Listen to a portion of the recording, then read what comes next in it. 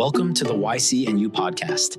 Join us each week for engaging conversations with campus leaders, students, faculty, staff, alumni, and community members. From academics to athletics, campus life, and beyond, we cover it all. Have someone you want to hear from? Let us know. Let's explore the world of Yavapai College together. Hello, everyone, and welcome back to the YCNU podcast. I'm Cadu Medina, your host for today, and I am here with Megan Crossfield. Megan, welcome to the show. Thank you. Thank you for having me. Well, it's super cool to have you here. I always like to start with, why don't you give us a quick introduction? Who is Megan, and what do you do here for the college? Sure. So I am the Director of Academic Initiatives, and I oversee a few different projects. One of the main ones that we're going to be talking about today is our Open Educational Resources, or OER initiatives. And one of those major components of that was managing a large grant that Yavapai College has been the lead agent. And it's an open textbook pilot grant, which is a federal grant funded by the U.S. Department of Education. So we have 7 different partners, 8 including us, and then we've expanded it to the whole state. So it's been a really great initiative and a fun ride that we're closing out at the end of August. Oh, boy. Before we go there, though, I just want to spend a little bit more time here for us to get to know you a little bit better, just because I know you didn't start there, right? You've been here for a little while. So just let's kind of help the audience here get to know Megan a little bit. How did you end up here at Yavapai College, Megan? I know you kind of jumped from one era to another. And how did you land on OER? So let's kind of give us just a little bit of a background. Sure. So I have been with Yavapai College for 3.5 years. It'll be 4 years in October. And I was hired to manage this grant, but I came to Yavapai College with previous grant experience. So I've managed quite a few grants in the past, large regional grants with a lot of different partners. So I was able to bring that expertise here with Yavapai College. Oh, wonderful. And from there, I've expanded and now focus also on accreditation. So I'm the accreditation liaison officer, overseeing and leading some of the program review initiatives that we have going on, among other things, academic initiatives. But OER has been really the main focus with my role, especially this grant, as it is such a large grant with many different partners and lots of moving pieces. Did you work with that previous to Yavapai College? Grants and OER, is that your area? Yes. Grants and OER was really the main reason I was brought on to Yavapai College to oversee this large regional grant that we have that has been partnering with 7 colleges across the state, all the rural community colleges. So it's really been a great initiative, and we've been able to expand it statewide. So leveraging this grant to really bring it out and expand it to all of the community colleges, the 3 state universities, and we have 1 tribal college that's part of our network, which is the OERizona Network. Okay. And we just recently kind of hosted a big event for the OER Arizona, and I know that there's a lot for us to explore there. But before we go there, let's just kind of put everybody on the same page here. Just kind of give us an overview about OER. You know, what is it exactly? Just in general terms, obviously. We don't have to go too deep into the topic here, but what is it? When did it start? Why is this so important to colleges and students that this movement is, here and getting so much attention right now? What is it? Yeah, so OER, Open Educational Resources, are learning materials that are openly licensed. So learning materials, textbooks, ancillary materials like PowerPoints, lecture notes, assignments, assessments, pretty much anything that's used in the classroom can be considered an open educational resource. The key is that it has an open license. So the most commonly used is the Creative Commons license. So it's essentially saying that the author is not giving up copyright, but is saying I allow you to use this. So if something is doesn't have a Creative Commons license or an open license on it, in order to use that resource, you'd have to contact the author and get permission, Right? Because it's under copyright. Where with open educational resources, the author is saying, I'm allowing you to use it, and there's different types of licenses that tells anyone that would like to use it how the author is okay using it. And so really it's mainly allowing anyone to take a resource, a textbook, a paper, a PowerPoint, and then use it and then adopt it and modify it. So faculty can take many different pieces of different textbooks that have an open license on it and merge them into one. So it allows for a lot of creativity within the classroom for faculty to really localize the content because they can take, say, a textbook and a chapter of a textbook, and then they can incorporate their own content in as a subject matter expert. And then one of the most important things for students that have really gotten the attention is that they're at no cost. So because they're openly licensed, we can share them out and students can use them and not have to pay for them. So it's removing the textbook cost from the classroom for those classes that have adopted OER.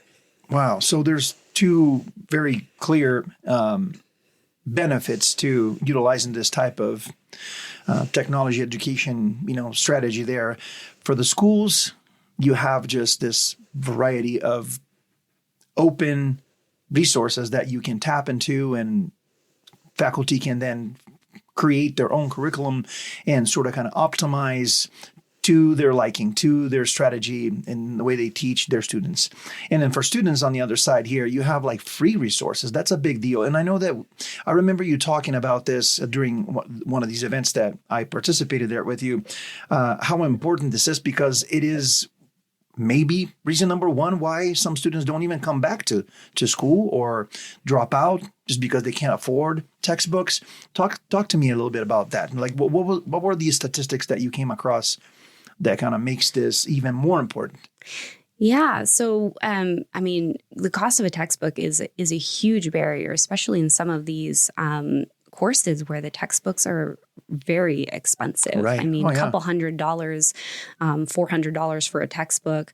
That's, food for a couple months, so then you're putting students in a hard place where they're having to choose, do I purchase food? Do I buy gas? Do I, do a repair on my car? The numerous stories that we've heard, or buy a textbook. And so by removing that choice, because the textbooks are free, students can therefore just focus on the important part, which is doing well in their classroom and in the course. And then the other thing is a lot of the times, students are having to go and find alternative ways of getting access to this textbook. So waiting for financial aid to come through and for them to go buy the textbook, or trying to find a used option on Amazon and having to wait for that to arrive. And maybe it takes a couple weeks.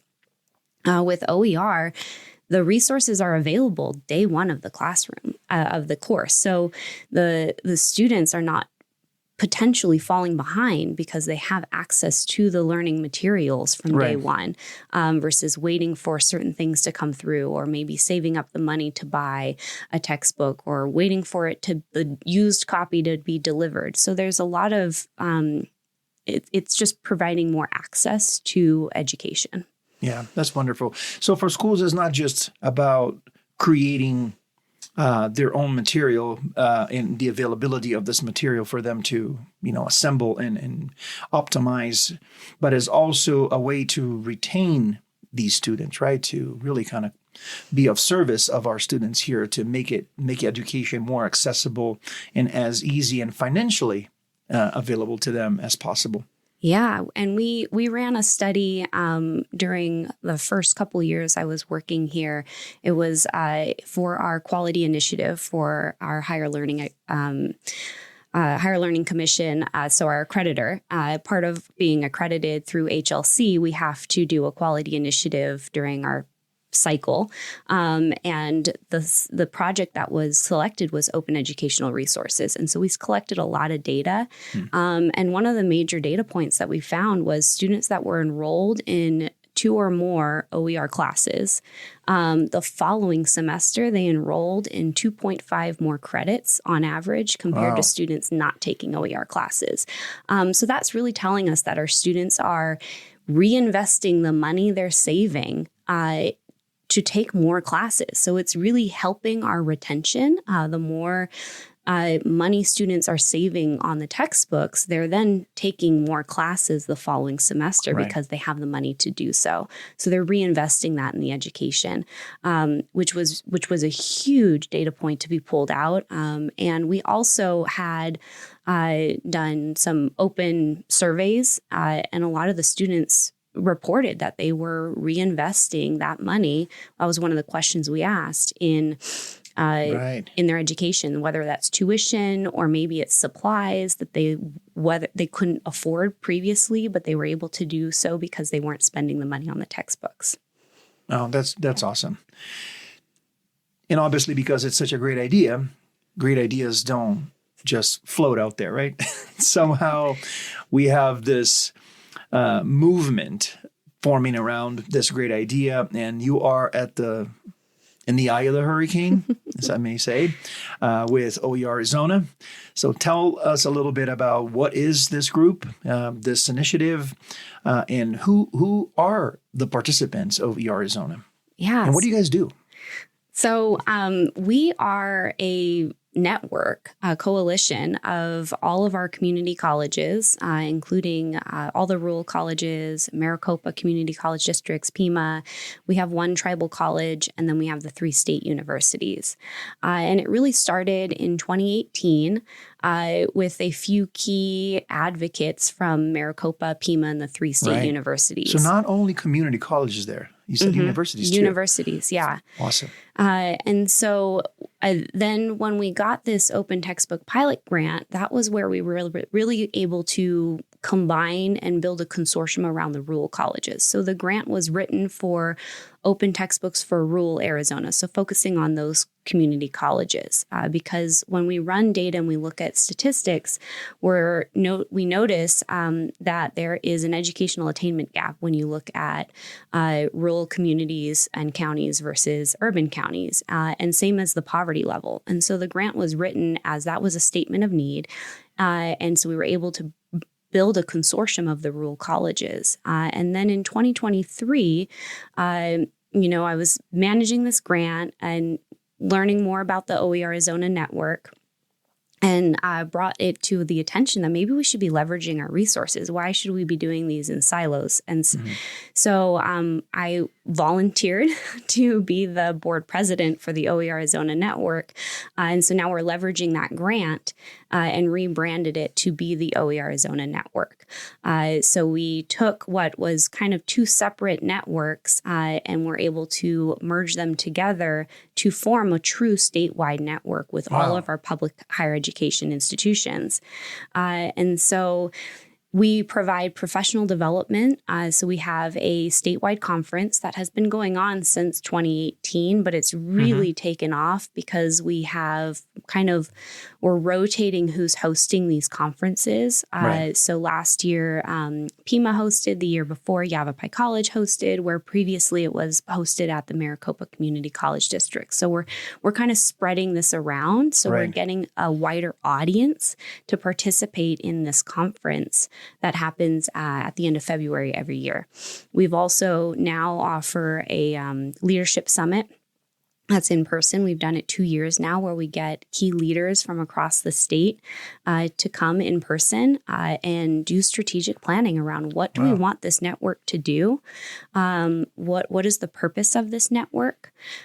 With the grant, we have built out a shared repository. So we have an online repository through OER Commons, and we have a space on that platform that is specific for our network. So it's where we have faculty that are building resources that are very specific to Arizona Community College classes that are now being shared with other community colleges. So we're trying to really support all of the faculty, especially faculty at rural Right. colleges where it's much smaller. Sometimes you have a department of one or none. Yeah. And so for faculty to build out an entire course or even a textbook or a resource, it can be very challenging. So being able to collaborate across institutions and leverage our expertise across the state is really helping expand the access to OER. I love it.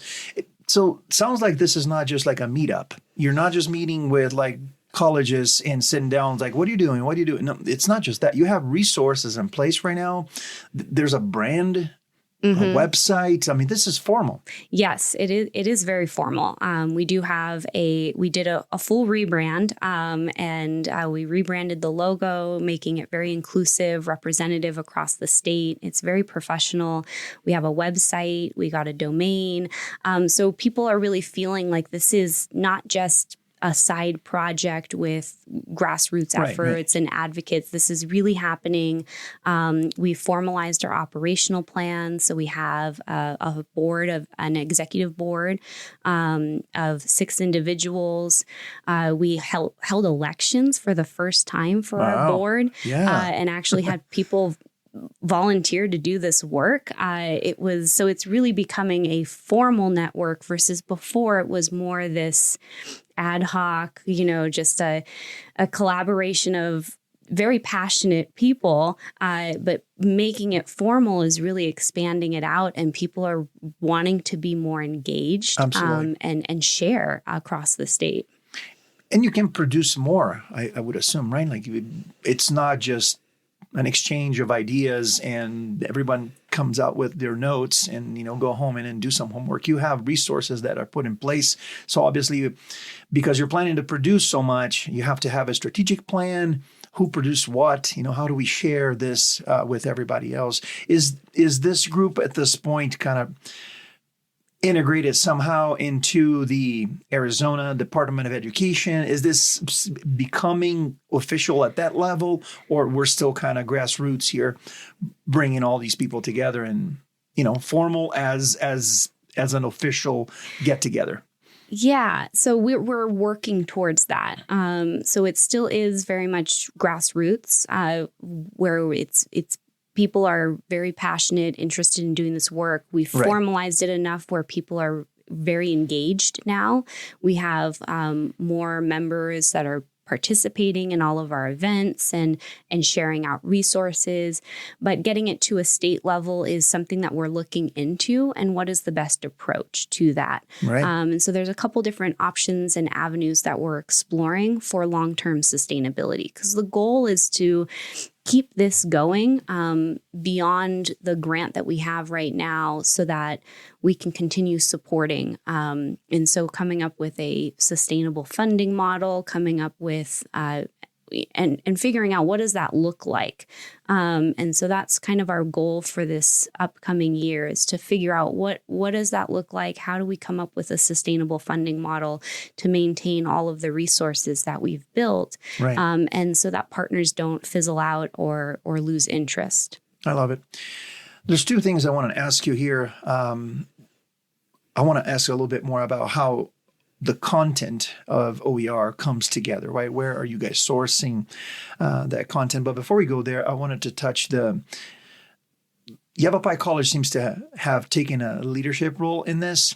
Can you tell me a little bit of the history there? Like, how did that come about? I know there's everything to do with you because you're the one that, raise your hand and like, I'll do it. And then all of a sudden, no, you're the president of the group. Give me a little bit of that background there. How did that all become on your plate? How did that? So it really came about because of the grant that we have, Yavapai College has. We, as the lead agent, and so we are the lead physical agent, meaning that we manage all of the grant funds, but also the project director. And so I'm the project director for that grant, and that's kind of how it has stemmed. And then also, Yavapai College has become a leader within the OER space, not only with my role, but also just our leadership in general has taken on OER. We were very strategic in leveraging our quality initiative and our accreditation process to actually get OER up and running at Yavapai College, being able to collect data and that is local within our own institution. We've integrated it into our strategic plan. So without the support of our leadership, Right. I don't know if Yavapai College would have gotten to the place that we are now with being a true statewide leader, and not only a statewide leader, a leader nationally. We get calls from people across this country, going, "What are you doing at Yavapai College? What are you doing in Arizona?" That's so because cool. we're becoming a model for how we're implementing OER at our own institution and statewide. And so that's really how it came about. It was very strategic moves of utilizing our accreditation and utilizing our strategic plan and having the support of our leadership. And then also having faculty champions that really have advocated for this work and have done amazing, job of transitioning many courses to OER. I want to do a shout out to our math department who has transitioned their last course to OER. So their entire math department is teaching with open educational resources. That is awesome. Every So course, cool. every section. And we have our business, degree. They use all, if not most, OER. And so it's really becoming a movement across our entire institution, and we've become a model at the state and across National the level. country. Wow, that is incredible. Congratulations, Megan. I know you have a lot to do with all of this. This is super interesting. So are we looking at OER USA at some point? Well, there are a lot of really great networks across the country that are already in place. And so we are part of a lot of those organizations. And then because Arizona is very unique in that we don't have state legislation, we don't have mandates telling us to do this work. A lot of the other states that have a very strong network are because there are more state mandates or funding in place to support this work from the state level. So we're kind of unique in that Arizona is doing this because the faculty, the staff are passionate about creating more accessible resources for students. And so I think that's why we've become a model in that. How are you doing this without being told to do this? And so it's really amazing to see all of our passionate educators that are just really wanting to enhance our students' learning experience and create more accessible resources. Right. It's super cool. Like I feel almost like the OER for education is what globalization was for business. Like when you open the doors to full collaboration, no limits everywhere. We gained a lot from it. Obviously, there's an excess of options, and not all options are suited for your business, for your organization. I wonder if this is kind of the same that's happening with education, and OER has an even more important role now, because now you're going to end up with too many resources. How do you navigate this right now? Where are we getting these resources from? How do you somehow kind of create parameters so quality resources are upfront and not just any resources? Because that can be a little challenging for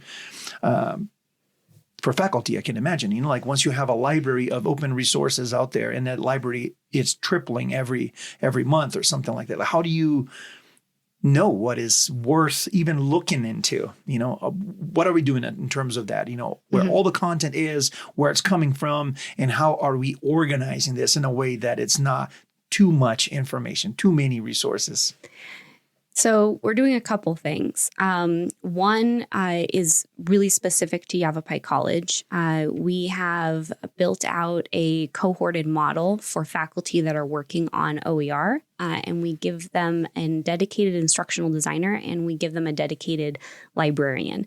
And librarians are like magicians, superheroes, especially in the OER field. They know how to find stuff. And so before faculty, we send them out and say, go find OER, we give them their librarian, and their librarian will do an initial search because they know where to find stuff. They know how to pick through and determine what open licenses are available, and then giving the faculty a short list to review as the content experts. And that really helps because it is overwhelming. There's so much stuff out there that it's very overwhelming for faculty. So giving them a librarian. So for anyone that is interested in doing OER, start off by going to your library. Most librarians know about OER, and if they don't, they'll figure it out real quick because they love the idea of giving students access to resources. The other thing that we're doing, which is more on the network side, we have our hub, and the hub is a curated space for specific resources that have been built or adopted by Arizona faculty. So that's one way that we're kind of trying to narrow down and say, oh, if you're teaching English composition, there are 3 or 4 English composition resources or courses that have been built and they're on our hub versus trying to find everything. And they know that these have been built and taught by Arizona faculty. And then Maricopa Community College District also has a open textbook pilot grant, and they're working on creating a peer review tool. And so we're hoping that once that project concludes, that will become a tool that we can then implement within our own network and provide another layer to say, oh, this resource has now been peer reviewed by another faculty member or a few faculty member. It's not just something that someone created, and it's also now been vetted and reviewed by someone else that's their peer. So there's a couple of things that we're doing to try and support faculty and not having to go into the ether of OER resources, which is a lot. And as you mentioned, because people are constantly contributing, it's just growing and growing and growing. Potentially, I can imagine. Which is great because we're getting more resources, especially in areas that didn't have resources. So like nursing, there are more and more OER that are being produced, full textbooks for nursing, which is fantastic. But then you have other areas where there's been a lot of OER already produced and more is getting added, like English and psychology. Right. And so to, go through all of those to determine what is high quality can be very time consuming. So leveraging your librarians and we have an amazing librarian staff here. So they are, like I said, magicians, superheroes, you name it, and they'll help you find high quality resources. So if you are faculty and you're interested in learning more or figuring it out, if you can bring open resources into your class, start with your librarian. Yep. They're amazing. Now, if you're a student and if you're staff or a content creator that wants to get involved or learn more, where do we send everyone to? Well, I'm the main point of contact for OER. And then that way, most people will come to me for questions of how to get involved, how to, apply for a stipend, because we do have stipends available for faculty, or just to learn more. I'm always happy to take phone calls or answer any questions. And then I can help navigate to who would be the best resource, whether that's the librarian or an instructional designer, or maybe it's a student. They're, how do we find OER? The great thing about our schedule is that we have course markings, which is unique to Yavapai College. There are 2 institutions, Maricopa Community College District and Yavapai College in the state of Arizona that has course marking for open educational resources. So when you're registering for your classes, students can go and filter for OER and know that those are courses that are utilizing open educational resources and will be either free or at a very low cost most of the time. Sometimes there's labs and things that, can't be replaced by open educational resources. Not yet. Not yet. That'd be amazing. But, if they're consumable materials, we can't really replace them with OER. But But that's a really great way for students to know, oh, if I sign up for this class, it's probably going to save me money, or it's going to be utilizing resources that are maybe more localized to our own context, or faculty are going to be teaching using more of an open pedagogical practice because they're integrating OER, but also just open education, because you have OER, which is the resources piece of it, and then you have open education, which is a teaching philosophy. It's how you teach. Right. It's using renewable assignments. It's allowing students to contribute back to the educational field by maybe publishing their own resources. And so it really allows students to know, where can I find these courses, because they're marked in our schedule, which again is not something that every institution has been able to pull off. And we have here at Yavapai College, which is a huge benefit for the students when they're looking for their classes. Oh, absolutely. Absolutely. Like you said before, they are looking for that choice and making it available to them and informing them of what options they have available to them in that area. It's got to be second in priority there, because they're making their decisions. They're choosing to continue their education or not, a lot of the times based on how much is it going to cost me to do that. And if you have open resources right there, making that class more available, more attainable to them, that's very important. Megan, what can we look forward to here for the future? I know there's changes happening with the OER-Arizona organization. It's going to give us a little bit of what are we looking at here for the future of OER and our role in this through the OER-Arizona organization? So for the OERizona Education Network, we're really looking at continuing to expand, creating a more sustainable model. And then also we've talked about and explored, the potential of integrating the K-12 system as well. So it's not just higher education. It's also K-12. OER is not specific to higher education. They're learning resources. And so how can we incorporate and partner more with K-12? That's definitely something that we're looking into. Okay. And then at Yavapai College, we're continuing to expand. I know there's been a lot of talk of, the grant's ending. So are we ending OER? And we are not. OER is going to continue. We're going to continue building and producing more OER. We're very fortunate that we have funds available right now to continue doing this work. And so it's definitely going to continue producing, building, and building out and expanding more OER resources or open educational resources to more courses. Perfect. So that's the idea, is to continue expanding and offering more at Yavapai College. Perfect. Now that's good news. I know you have been the president of this organization, or this network group. Is that continuing? Are you handing off the hat to somebody else? So I am going to be the board president for this next year. It's a 2-year term, and so I'm halfway through my term. And then the idea is that someone else would take over. We really want it to be spread across all the different institutions and not centralized around one. But then I will be on the board as the past president. So still being participating on the board, but more as an advisor to the new incoming board president. But I will definitely be doing this for the next year, and then I'm participating after that. But I'm hoping that we will get another person from another institution, because it's really great to bring in different perspectives to keep building this network out. Absolutely. Keep pushing it forward.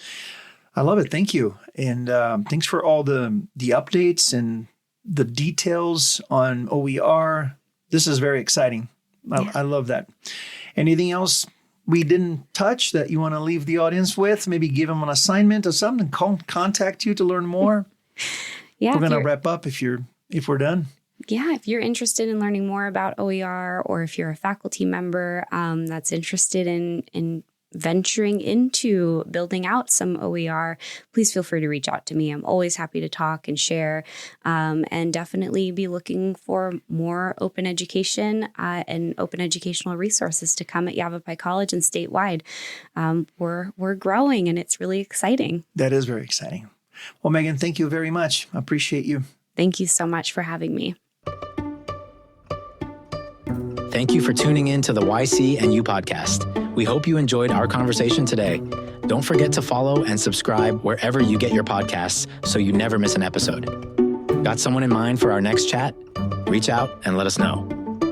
Until next time, keep exploring, and we'll see you next week.